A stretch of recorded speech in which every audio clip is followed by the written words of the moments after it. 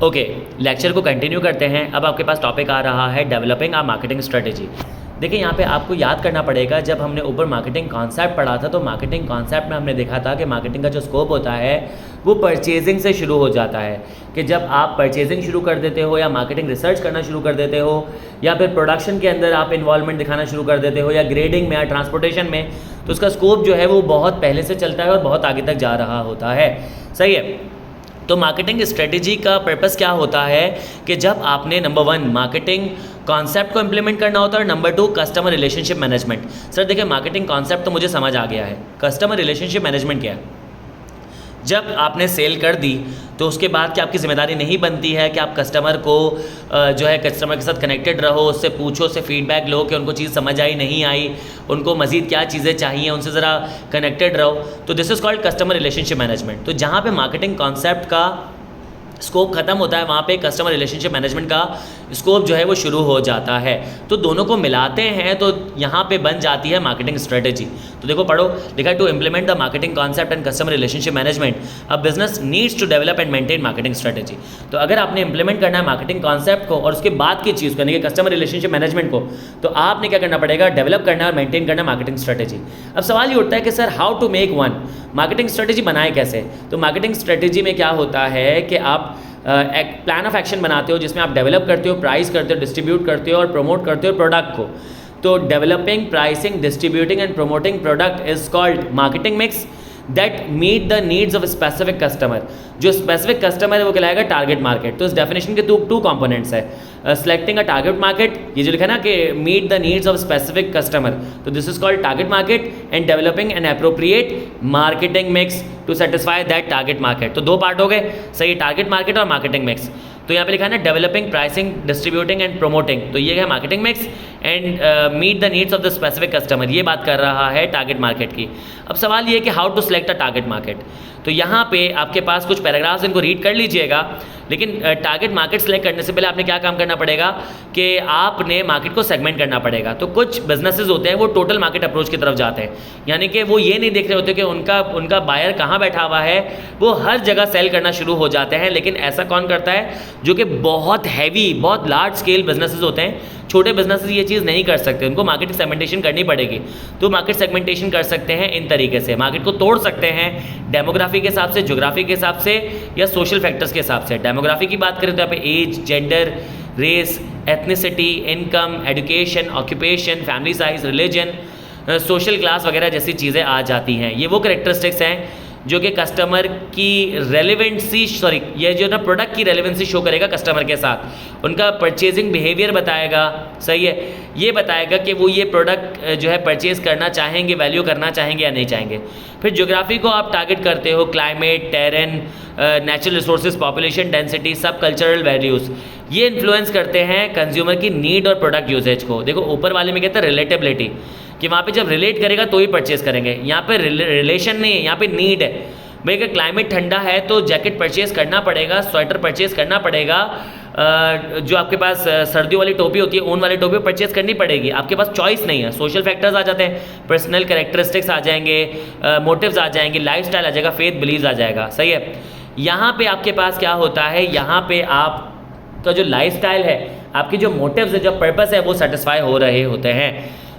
फिर आते हैं मार्केटिंग मिक्स पे। मार्केटिंग मिक्स में आपके पास 4 पीस होते हैं, 4 Ps of marketing, product, price, place, promotion, सही है। 5वां पी जो है सब लोग कंसिडर कर रहे होते हैं, वो होता है पीपल।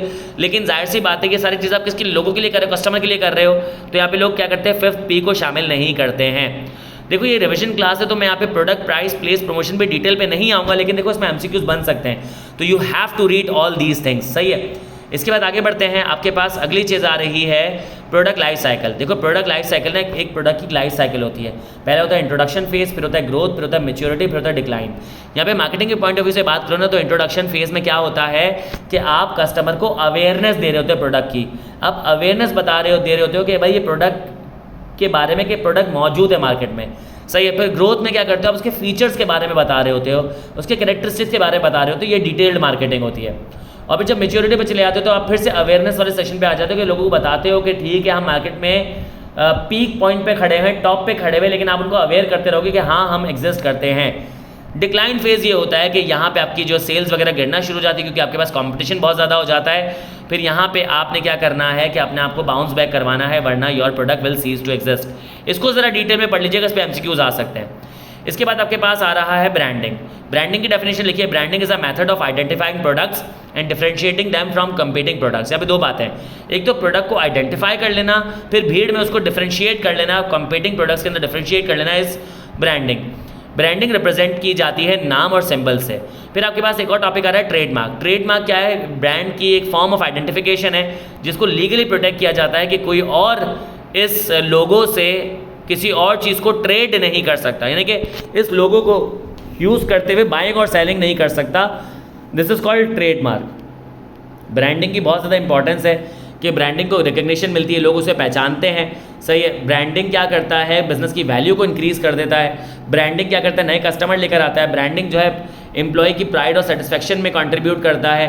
ब्रांडिंग जो है वो ट्रस्ट क्रिएट करता है मार्केट प्लेस में। ब्रांडिंग एडवर्टाइजमेंट को सपोर्ट करता है। ठीक है। अब देखिए ये सारी ऐसी चीज़ें हैं कि मैं आपको ज़्यादा इस पर टाइम नहीं लगा रहा क्योंकि ये बहुत सिंपल है, बहुत बेसिक है, लेकिन आपको इनके बारे में पता होना चाहिए। की एलिमेंट्स है ब्रांड पोजिशनिंग। ब्रांड पोजिशनिंग, लोगों के माइंड में ब्रांड की क्या इमेज बनी हुई है। ब्रांड एट्रीब्यूट्स, ये ब्रांड के फीचर्स और करेक्टरिस्टिक्स होते हैं, जैसे कि जो ब्रांड में एक्शंस परफॉर्म हो रहे हैं, इमेजेस हैं, एडवर्टाइजमेंट का क्या तरीक़ेकार होता है, ये ब्रांड की पर्सनैलिटी बता रहे होते हैं। सही है। ब्रांड एलिमेंट्स में इसमें तो लिटरली लोगो, फॉन्ट, डिज़ाइन, कलर, लोगो, साउंड, जिंगल, जिस तरीके से चीज़ें लिखी जा रही हैं वो सारी चीज़ें ब्रांड एलिमेंट में आ जाती हैं। सही है। ब्रांड ओनरशिप, कि ब्रांड की ओनरशिप जैसे ट्रेडमार्क, कॉपीराइट, सही है। फिर इसके अलावा जो है आपके पास रजिस्टर, ये सारी चीज़ें इसमें आ जाती है। ब्रांड पर्सनैलिटी, अगेन वही ब्रांड इमेज की बात है कि ब्रांड इमेज या ब्रांड पोजीशनिंग के लोगों के माइंड में आपके ब्रांड की क्या पर्सनैलिटी है, उनका मिशन, विजन, एक्शंस वगैरह सारी चीज़ें। यूनिक सेलिंग प्रोपोजिशन, हर ब्रांड के पास ना एक यूनिक सेलिंग पॉइंट होता है जिसकी वजह से वो डिफरेंशिएट कर होता है दूसरे ब्रांड के साथ। और ब्रांड इमेज में आपको बताते हैं कि लोगों के माइंड में आपका क्या परसेप्शन बना हुआ है। फिर सेलिंग की बात करें, selling refers to short term needs to close a sale, get an agreement signed और ultimately do what needs to be done to sell a product. Selling क्या एक शॉर्ट टर्म नीड है कि जिसमें आपने कोई सेल को क्लोज करना होता है, कोई एग्रीमेंट साइन कराना होता है, या हर वो चीज़ करनी होती है कि आप प्रोडक्ट को सेल कर दो। सेलिंग एक एग्रेसिव अप्रोच है और जो ब्रांडिंग है वो एक प्रोग्रेसिव अप्रोच है, इसमें आप आहिस्ता आहिस्ता प्रोग्रेस करते हो। और यहाँ पे सेलिंग में आप क्या करते हो कि आप चार्ज लेते हो और सीधा सीधा अटैक करते हो। ठीक है।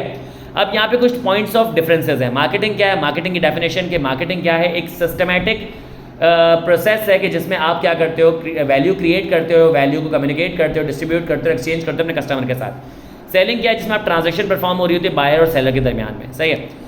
अप्रोच की बात करें तो जो मार्केटिंग की अप्रोच है वो थोड़ी इनडायरेक्ट होती है। यहाँ पे आप चीज़ों को आइडेंटिफाई करते हो, चीज़ों को अरेंज करते हो और फिर आप अकॉर्डिंगली एग्जीक्यूट करते हो। सेल्स में आप क्या करते हो? सीधा सीधा डिमांड को मीट करते हो, सीधा सीधा आप क्या करते हो कि अप्रोच करते हो directly sales point of view से। फोकस की बात करें तो यहाँ पे जो मार्केटिंग का फोकस होता है वो प्रमोशन पे होता है, डिस्ट्रीब्यूशन पे होता है, प्राइसिंग पे होता है, प्लेस पे होता है, टारगेट मार्केट पे होता है और 10 चीज़ों पे होता है। यहाँ पे सेल्स का फोकस होता है कि आपने कितना वॉल्यूम सेल करना है। प्रोसेसेस की बात करें, मार्केटिंग में बहुत सारे प्रोसेसेस हैं, सेल्स में सिर्फ एक प्रोसेस है 1-to-1 का। स्कोप की बात करें, मार्केटिंग का स्कोप ज़्यादा है, सेल्स का स्कोप कम है। होराइजन की बात करें तो मार्केटिंग का जो होराइजन है वो काफ़ी एक्सपेंडेड है, सेल्स का होराइजन काफ़ी छोटा है। होराइजन का मतलब होता है एरिया, स्कोप। सही है। स्ट्रेटेजी की बात करें तो मार्केटिंग की पुल स्ट्रेटेजी है, प्यार मोहब्बत से घेरा जाता है, पुल किया जाता है अपनी तरफ। सही है। सेल्स में पुश किया जाता है, धकेला जाता है कि बंदा एक डिसीजन मेकिंग करे। प्रायोरिटी की बात करें, मार्केटिंग में प्रायोरिटी कस्टमर के साथ रिलेशनशिप बिल्ड करना है। सेल्स में क्या होता है कि भाई आपने जो मार्केटिंग इतनी सारी की थी, अब आपने उसको अंजाम तक पहुंचाना है। आइडेंटिटी की बात करें तो मार्केटिंग में आइडेंटिटी होती है ब्रांड की, सेल्स में आइडेंटिटी होती है सेल्स पर्सन की। सेल्स पर्सन चाहेगा ना तो आपको कचरा ब्रांड भी दिला देगा, ये उसकी आइडेंटिटी है, ये उसका चार्म है, ये उसकी बेहतरीन अप्रोच है। तो with this we have revise chapter number 7। I hope आपको समझ आ गया होगा। Thank you.